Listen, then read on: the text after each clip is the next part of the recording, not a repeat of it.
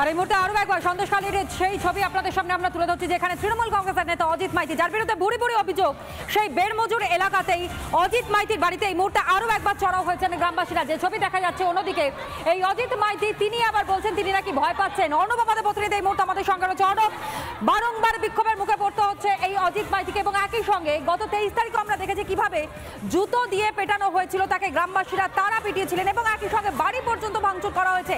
আজ তারা নতুন করে আবারও কেন বিক্ষোভ সেখানে দেখাচ্ছেন? অর্ণব, একবারে দেখো, তাদের যেটা দাবি যে এই অজিত মাইতি যেভাবে তাদের জমি দখল করেছেন, সেই জমি দখল করবার পর কিন্তু তাদের উপর শুধু জমি দখল করাই নয়, তাদের উপর অত্যাচারও চালিয়েছেন, এবং সেই জন্য এই মুহূর্তে এখনো পর্যন্ত কিন্তু অজিত মাইতি তিনি এই বাড়ির ভিতরে রয়েছেন, এবং পুলিশের তরফ থেকেও কিন্তু এই বাড়ির চারিদিক ঘিরে রাখা হয়েছে যাতে কোনো রকমভাবেই ফের ল অ্যান্ড অর্ডার সিচুয়েশন যাতে ডিটোরিয়েট না করে তার জন্য। এবং এই মুহূর্তে পুলিশের তরফ থেকে এই বাড়ির যে বিভিন্ন যে পোর্শনগুলো রয়েছে সেগুলোকে কিন্তু দেখা হচ্ছে, এবং যেটা মনে করা হচ্ছে যে পুলিশের তরফ থেকে কিন্তু কঠোর ব্যবস্থা নেওয়া হতে চলেছে আর কিছুক্ষণের মধ্যেই অজিত মাইতির বিরুদ্ধে। অজিত মাইতি এই এলাকারই কিন্তু তৃণমূল নেতা, গতকাল থেকেই আমরা দেখেছিলাম তার উপর কিন্তু বিক্ষোভ দফায় দফায় আছড়ে পড়েছিল, এবং সেই জায়গা থেকে দাঁড়িয়ে কিন্তু আজও কিন্তু সকাল থেকে দেখা গেল সেই একই চিত্র।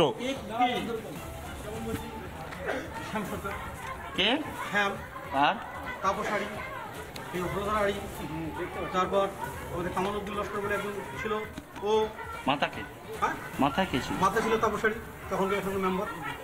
এখন ওরা তৃণমূল করে, এখন তৃণমূল করছে কিনা আমি জানি না, তবে এখন আপাতত বিজেপির সঙ্গে যুক্ত। তার মানে আপনি বলছেন যে আপনাকে মারধর করে তৃণমূলে আনা হয়েছে? হ্যাঁ, আনা হয়েছিল। এইগুলো আপনি মন্ত্রীদেরকে জানিয়েছেন? কখন কোথায় জানাবো?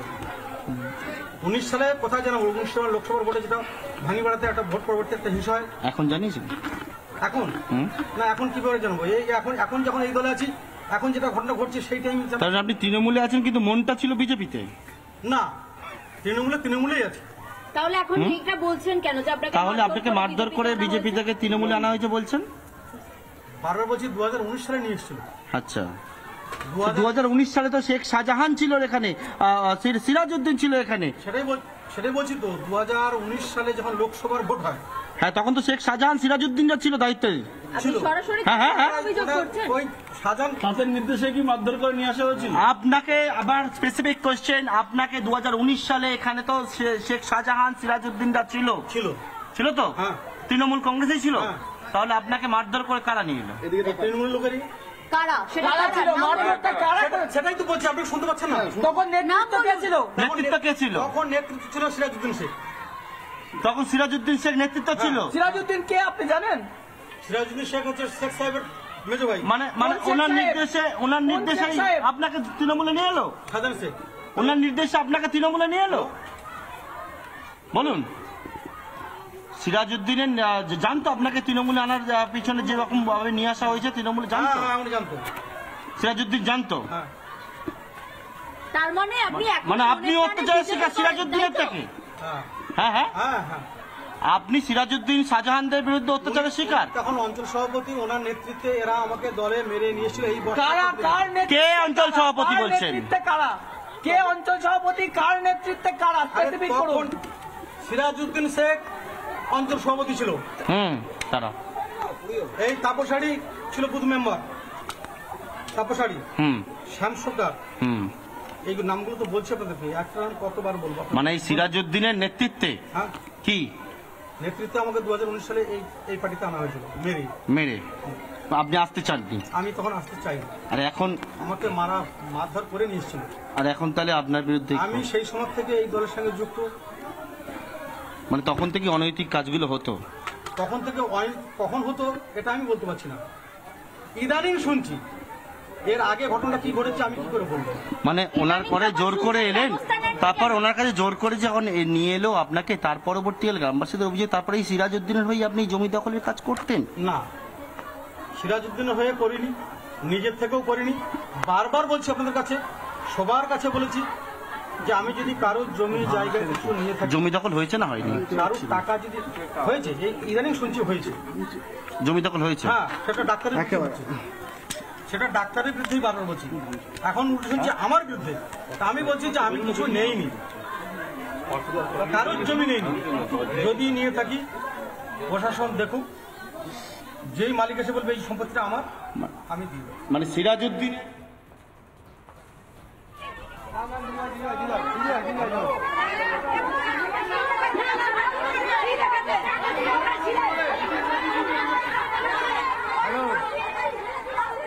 অজিত মাইতির বক্তব্য আমরা শুনছিলাম, কেমন একটা গোলকধাঁধার মতো না প্রশ্নের উত্তরে তিনি দিচ্ছিলেন।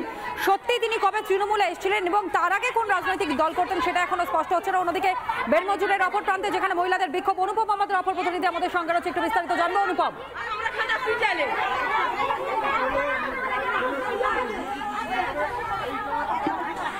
দেখো, তোমায় জানিয়ে রাখি যে অজিত মাইতি এই বেড়মজুরে আসার পর ফের উত্তপ্ত হয়ে উঠেছে। এই মুহূর্তে পুলিশের সাথে বাকবিতণ্ডায় জড়িয়ে পড়ছেন গ্রামবাসীরা। কি আপনারা কি কি কি চাইছেন, কি চাইছেন? আমরা চাইছি এই যে অজিত মাইতিকে গ্রেফতার করলো না, ছেড়ে দিল তাকে, পুলিশের হাতে থেকেও তাকে বাঁচিয়ে দিল।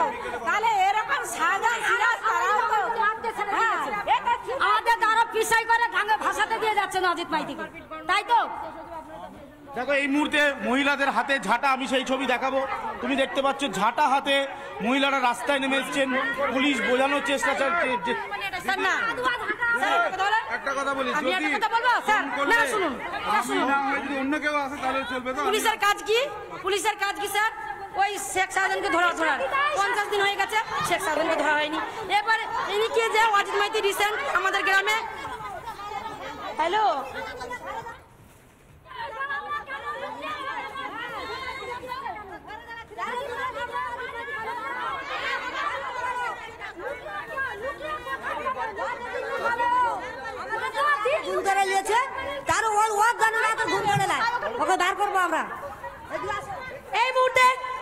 এই মুহূর্তে গ্রামের যারা মহিলারা তারা অজিত মাইতির গ্রেপ্তারের দাবি জানাচ্ছে, আমরা দেখতে পাচ্ছি। কি চাইছো, কি চাইছো?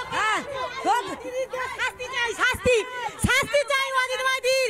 আমার সমর্থ মেয়ের গলায় অস্ত্র ধরে বলছে তোর ধর থেকে গলা নামিয়ে দেবো।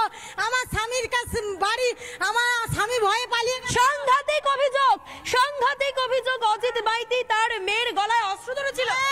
সমর্থ মেয়ে, আমার সমর্থ মেয়ের গলায় আমার মেয়ে যখন হাতে পায়ে ধরে কান্নাকাটি করছে, আমরা সরে গেছিলাম 2021 সালে কান্নাকাটি করছে। বিকেলে আমি আসছি, আমার সামনে মুখে বলাচ্ছে মাথা ঠান্ডা হবে, আমি করব, সিরাজকে সরিয়ে আবার আপনারা কি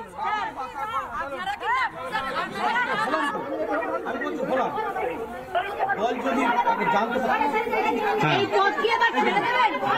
এই পথ কি ছেড়ে দেবেন?